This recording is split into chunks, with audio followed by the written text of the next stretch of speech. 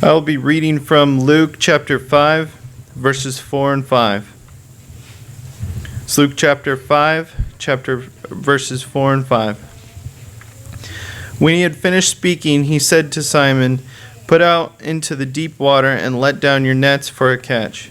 Simon answered and said, "Master, we have worked hard all night and caught nothing, but I will do as you say and let down the nets."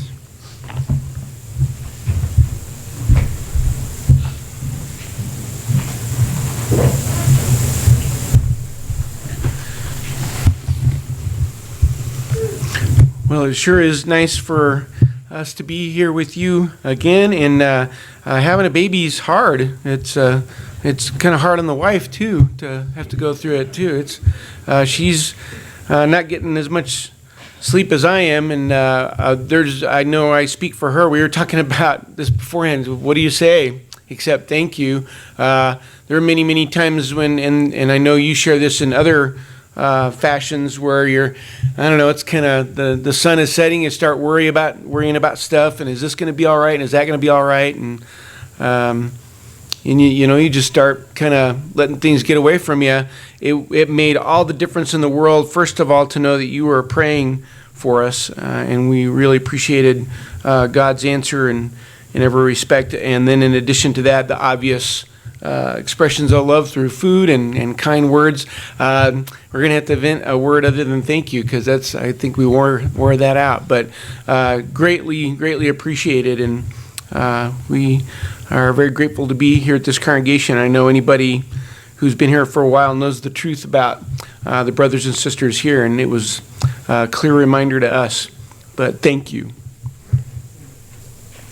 We're reading our Bibles together, and over a couple year period, and at this point you probably, if you haven't read the Bible before, I bet a lot of you have, you probably noticing something that shows up that a lot of people, I guess some people would call it as a complaint about the Bible, is that there's parts that feel repetitious, and where something is said again and again, or just overly emphasized.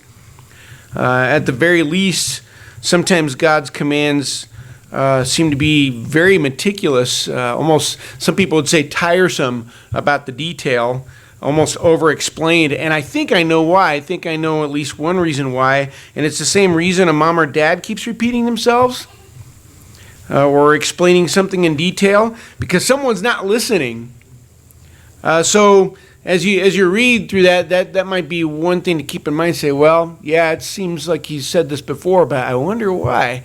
Or that he's going into such great detail. Many people miss that point. They get so caught up in whether or not the Bible's a good read or not, and they fail to realize that one of the reasons the Bible seems monotonous to us, it's not a flaw in the book. The problem is we don't listen. A good example is found in Exodus 16. That's where I'm going to start this morning. You know this very well. They've escaped Egypt, and they're traveling through the desert. This is Exodus 16. We're going to read part of this. And in the desert, in the wilderness, food is going to be scarce. That's a pretty big issue. It'd be one thing if you just had your family, but we're talking a couple of million people. How do you provide enough food for them? Food would be scarce, so God makes arrangements, and manna would be provided. Even the world knows about this. It's called manna. And every morning, when the dew would evaporate, there'd be like these bread-like flakes out there, and they could collect that. And that would be their only source of food. I didn't thought about it until just now. I wonder how long it was before their supplies that they left with ended, that last bit of, casserole that they took from Egypt, when did that run out? Where it's okay, here we go, it's manna, and that's all we got. They were in a place where death could come pretty easily to them, but God promises there will always be enough manna for you. It'll be right on schedule. And here's another thought, too. With 2 million people, you might think, I'm going to avoid the rush. I'm going to get out there because 2 million people, it might all be gone. But God provided. Here's Exodus 16, verse 4. And the Lord said to Moses, "Behold, I will rain bread from heaven for you, and the people shall go out and gather a day's portion every day, that I may test them whether or not they will walk in my instruction. On the 6th day, when they prepare what they bring in, it will be twice as much as they gather daily." So every day there's going to be a day's worth. And think about all the options he could have had. He could have had trees spring up, all kinds of things, but it's like this bare minimum. I'm going to give you enough. And it's going to happen every morning, but then it's not going to last long. Look at verse 21, Exodus 16:21. They gathered it morning by morning, every man as much as he should eat, but when the sun grew hot, it would melt. So as time goes by, the food would go. There were two important stipulations, at least two, that God was very emphatic about. This is one of those cases where he says, now listen clearly, listen to me. He says, don't keep any of it overnight. Don't stash anything for tomorrow. He's very clear about it. But they do it anyway. Here's Exodus 16, verse 19. Exodus 16:19. Moses said to them, let no man leave any of it until morning. Don't save any. Verse 20. But they did not listen to Moses, and some left part of it until morning, and it bred worms and became foul. And Moses was angry with them. So he's telling them there's going to be plenty for today, but don't save any for tomorrow. Which seems like an odd arrangement. You'd think, so God would say, no, just save it up and you'll be good and we'll give you the, he could have had, it'll be there every day, but you can save some too. He says, don't. In fact, I'm going to design it so that it can't even last one night. Under normal circumstances, it would seem wise to plan ahead and store some manna, but in this case, they would not have to. God assured them he would provide what they would need in the days to follow. And the reason he did this is very simple. This required the people to do something very difficult, to trust him. If manna did not fall tomorrow, they would go hungry. If he forgot or just decided not to anymore, there would be no food. God was the only one standing between them and starvation. That was what he wanted the arrangement to be. But some of the people worried about the manna supply, and despite God telling them not to, people saved some of the manna just in case God didn't come through. What if they woke up in the morning and the manna wasn't out there? So they saved some of it to have a little more certainty about tomorrow. And their plan failed. They got up, it's time for breakfast, and breakfast was full of worms. The manna they saved in defiance of God was worthless. That's one stipulation he made. He said, don't save any. There was a second important stipulation, and it was in order to make sure the Sabbath was honored. God had made it very clear. I'm going to set aside one day. Don't work. You think it's about all your effort? I'm going to make sure once a week you remember that it's not. It's about my care for you. So no work. Set aside for rest. There would be no manna on the Sabbath. Here's Exodus 16. Verse 25. Moses said, eat it today, for today is a Sabbath to the Lord. Today you will not find it in the field. 6 days you shall gather, but on the seventh day, the Sabbath, there will be none. Seems pretty straightforward. Every Sabbath, don't go looking for manna. There will be no manna out there. And guess what happened? Exodus 16, verse 27. It came about on the seventh day that some of the people went out to gather, but they found none. God said it very clearly, there will be no manna. There will be manna all the other days, but not on the Sabbath. That's Saturday. There will be no manna on Saturday. The day before, Friday, there will be twice as much, and you can collect that. And in the morning, it won't have worms. He makes it all perfectly arranged. There will be plenty to last you until Sunday. Everything's covered, and the instructions were plain and simple. But on Saturday, guess who's out there? A bunch of people out there, and they're searching the ground, and they find nothing. God said there'd be nothing, and that's exactly what they found. I can even imagine some of them being surprised. Where's the manna? And hopefully some people kind of shaking their heads and say, you weren't at the meeting, apparently. God wasn't playing games. He's not toying with them. He's not saying, okay, sometimes there's manna and sometimes not. Let's just play this game. God had solid reasons for limiting the manna, for telling them not to save it and to not look for it on the Sabbath. He makes it pretty plain. It's Exodus 16:4. Here it is. Here's why. Exodus 16, verse 4. That I may test them, whether or not they will walk in my instruction. I want to see if they're going to do what I tell them to do. After they defied these arrangements, these stipulations, God was not happy. Here's verse 28. You can hear his frustration in Exodus 16:20. Then the Lord said to Moses, "How long do you refuse to keep my commandments and my instructions?" It's not that they weren't clear, but he says, how long will you refuse to keep these commandments? It's important for us to look at this and, of course, notice that we're the same way. We're just like the people in the wilderness. We want to be one step ahead. We claim Christianity, but it doesn't necessarily shape our plans. We use world thinking for real life. We were talking about that in class. It's just, just in case this religion thing doesn't pay off, we set aside some things in our minds. We mostly live life on our terms, just in case God doesn't come through, just in case the Bible doesn't, work. I know we talk about it, but, we get out there and we get busy and we get into real life, and you can see the mentality that they had. Say, well, I know I should trust in God, but just in case I'm going to save a little bit, set aside some things, and the end result is full of worms and it's worthless. Does not mean that you don't plan ahead, but not to the extent of excluding God's guidance and trusting in Him. If we pay attention, we see the truth of this all around us and in our old lives, our own lives. Worldly stuff won't make you happy, and just when you rely on it the most, it's full of worms. It's a shock for many, many people. This is going to make me happy. This is what I want. And then things play out, and it's not what they hoped it would be. It kind of plays its course, and the end result is worms. The Bible is constantly reminding us that the world has nothing to offer. And even though the Word reminds us over and over that God is our only source of fulfillment, we don't listen.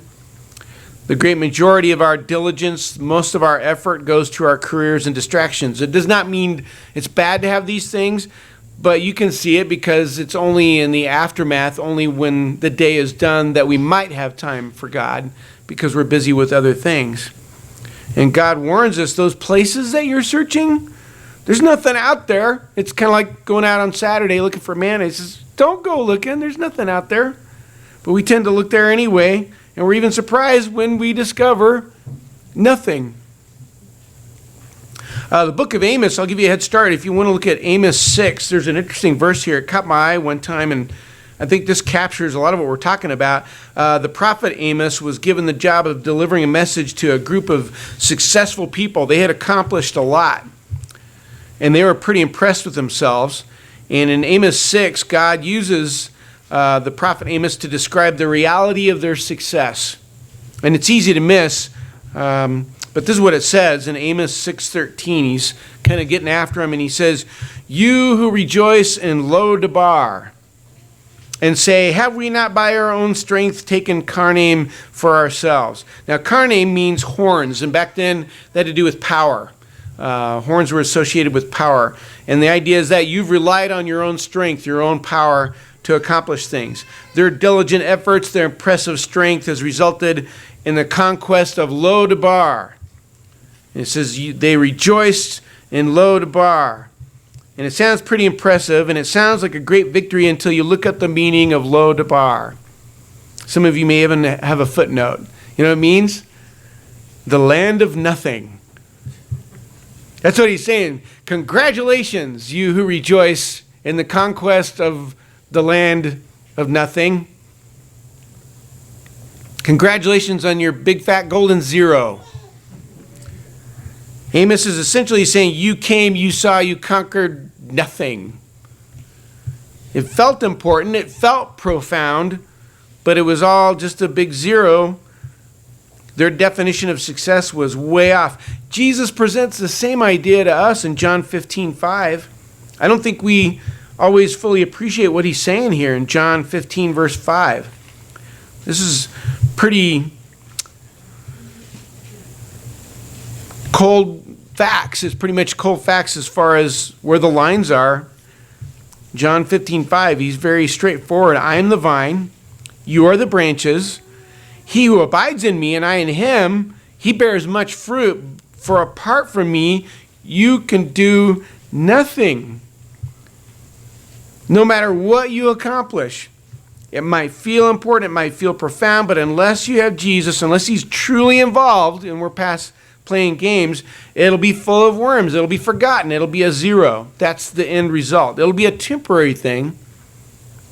If he's not included, any success will be a brief flash, and then it will fade, just like all the other things that are part of the world. Without Jesus, anything without him is very temporary. It's ultimately insignificant. But all that kind of leads to something pretty encouraging, I think.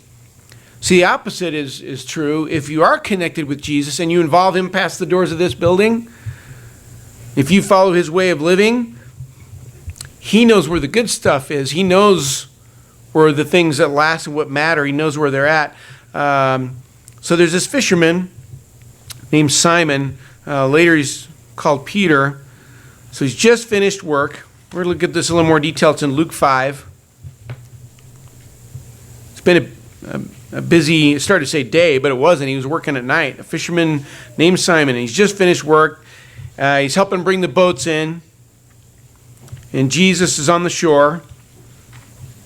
And he tells Simon, cast your nets in the deep water. That's the part that Isaac read for us earlier. Here's Luke 5, starting with verse 1. Here's some more context. Here's what happened that day, or that morning. Luke 5, verse 1. That happened that while the crowd was pressing around him and listening to the word of God, he was standing by the lake of Gennesaret, and he saw two boats lying at the edge of the lake, but the fishermen had gotten out of them and were washing their nets. They're done.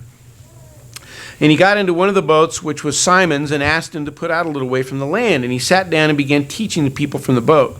When he had finished speaking, he said to Simon, put out into the deep water and let down your nets for a catch. Now I think there's probably a part of Simon's brain that thought, that's not really the best tip in the world I ever got. It's not like they hadn't just been trying. In fact, they'd been fishing all night. I know some of you, I was just talking a good friend, that the night shift is a reality for many of you. But they've been fishing all night, and they have caught exactly 0 fish. No fish are with them. But Simon agrees to do it, and he does it for only one reason. Because Jesus told him to. Here's Luke 5:5. Simon answered and said, Master, we worked hard all night and caught nothing. But I will do as you say and let down the nets. Simon knew what he was doing. This is his profession. This is not a hobby. He's a professional fisherman. Based on years of experience, Jesus' plan was not a good plan, but Simon did it anyway. He cast the nets and tried again. Now, it's easy to read that and just kind of say it and think it, but casting the nets, that's not easy. It took a lot of preparation. Remember in verse 2, they'd just gotten out of the boats. They brought them in. They're washing the nets. They're done. It reminds me, if you've ever experienced fast food as an employee with that, I remember closing and thinking, okay, it looks like nobody's coming in. It's almost 10. Let's start cleaning up. And you know what happens. You get everything squared away, so we may get out of here early, and here comes some happy people, and they're going to order a bunch of stuff, and it's very, very frustrating. And you have to open up everything again. Everything about this situation with Simon suggests that he would turn down Jesus. He's got a whole bunch of reasons he could pull from and say, I'm not really interested in your plan, not interested in Jesus' way of doing things. But he doesn't, and he gets everything up and running again. This was not a quick turnaround. Get the boats running again, and sails up, all the nets ready to go again. He hasn't slept all night, but he does what Jesus says to do, and Jesus comes through for him. Here's Luke 5, verse 6. Here's the result.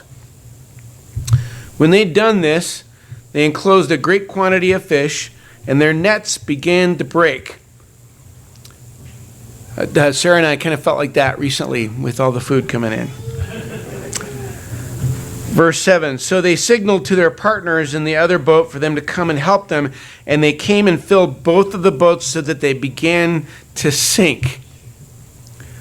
So one of the biggest hauls they've ever had comes as a direct result from listening to Jesus. Simon catches so many fish, the haul nearly sinks the boats. So this is kind of significant. I think this has got to run through Simon's mind. When he finally lets go of his way of doing things and trusts in Jesus' way of doing things, He can barely handle how much good comes his way. Simon's efforts alone had led to nothing. He'd been fishing all night long. When Jesus got involved and Simon obeyed, the only additional effort Simon had to make was the effort of hauling in the blessings. Simon may have suspected it, but then he knew for sure something very important about Jesus that all of us need to know. He knows where the good things are. He knows where to look. And through his word, God constantly tells us, don't look over there. Don't go out there looking for manna on Saturday. There's nothing out there. There's nothing for you there. And he says, look this way toward the spiritual, the deep end, fish here. Focus on the things that matter. Look in the deep water over here. And like Simon, it's so easy to think that we know better. So yeah, I know, that's good Bible stuff, and I like my religion. That's a nice thought for the day, but to actually apply it and to put it in our lives, and we think that we can figure it out on our own. And I think part of it too is, I think at least in the back of our minds, we're not convinced that he cares that much about what we want. We think he just wants, the vegetables for us. We don't, not the stuff that we actually want. He does care what we want, but there's something about him that makes it a little more complicated. He loves us. See, that complicates the issue. He is interested in what you long for, but he wants your happiness to last, so he's not going to use world stuff. I love how Psalm 103 verse 5 describes it. Psalm 103 verse 5, it tells us that he satisfies your years with good things. He satisfies your years with good things. Unless we look where God is pointing, all our efforts will result in nothing. He's the one who can make things last. He's the one who will satisfy your years with good things. You may be facing some situations right now where it's almost kind of a frantic effort to try to pull things together and say, okay, I just got to work harder, got to bear down, and I'm going to figure this out. And then we go out looking for the manna on Saturday, so to speak, or we end up with worms. It may very well feel like life is that way right now. Don't forget, God knows where the good things are, and he's pointing in that direction. And if you trust him completely, he will come through for you. Pray you'll think about this while we stand together and sing.